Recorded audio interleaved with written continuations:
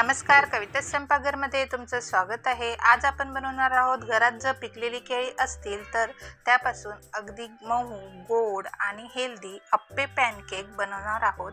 कमी साहित्य, झटपट रेसिपी आणि मुलांपासून मोठ्यांपर्यंत सगळ्यांनाच आवडणारा हा पदार्थ तुम्ही नक्की बनवून बघा आणि हा व्हिडिओ शेवटपर्यंत नक्की पहा।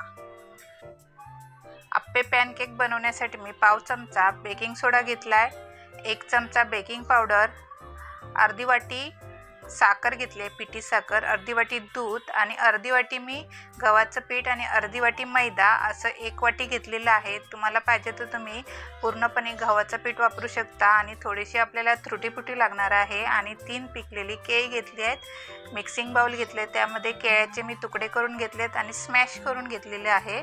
आता हे पिठी साखर, पीठ वगैरे घेतलेलं आहे सगळं ते चाळून घ्यायचं आहे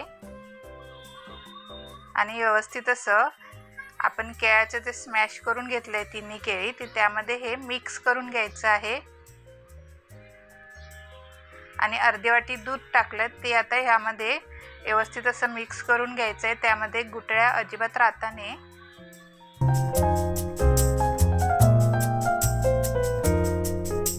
हे बघा, अप्पे पॅनकेकचं मिश्रण व्यवस्थित असं मी मिक्स करून घेतलेलं आहे। तुम्ही यामध्ये जर रव्याचा वापर करत असाल तर 10 मिनिटं हे झाकून ठेवायचं आहे मिक्स करून।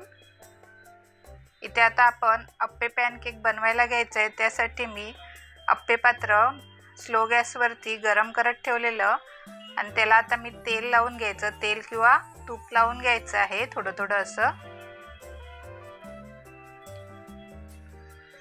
आणि आपण पॅनकेकचे जे मिश्रण बनवून घेतलं आहे ते थोडं थोडं यामध्ये सोडायचं आहे चमच्याने।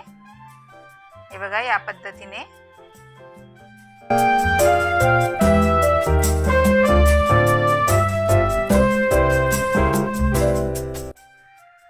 यावरती आता त्रुटीपुटी टाकून घ्यायची आहे थोडी थोडी अशी। आणि तुम्ही जर कविता स्वयंपाकघरला नवीन असाल तर सबस्क्राईब करायला विसरू नका। 5 ते 6 मिनिटांसाठी झाकण ठेवून मंद आचेवरती हे पॅनकेक बनवून घ्यायचे आहेत। हे बघा, 5 ते 6 मिनिटं झालेली आहेत। यामध्ये आता मी काटा चमचा घालून बघते, बघा मस्त असं क्लीन येतोय, म्हणजे आपले पॅनकेक बनवून तयार आहेत। थोड्या याला थंड व्हायला ठेवायचं आहे 2 ते 3 मिनिटं। हे बघा, थंड झाल्यावरती आता हे आपण चमच्याने असे काढून घेऊयात। हे बघा, हाताला वगैरे पण अजिबात असे चिपकत नाहीयेत, मस्त असे पॅनकेक आपले बनवून तयार आहेत। गॅस बंद केलेला आहे मी आधीच।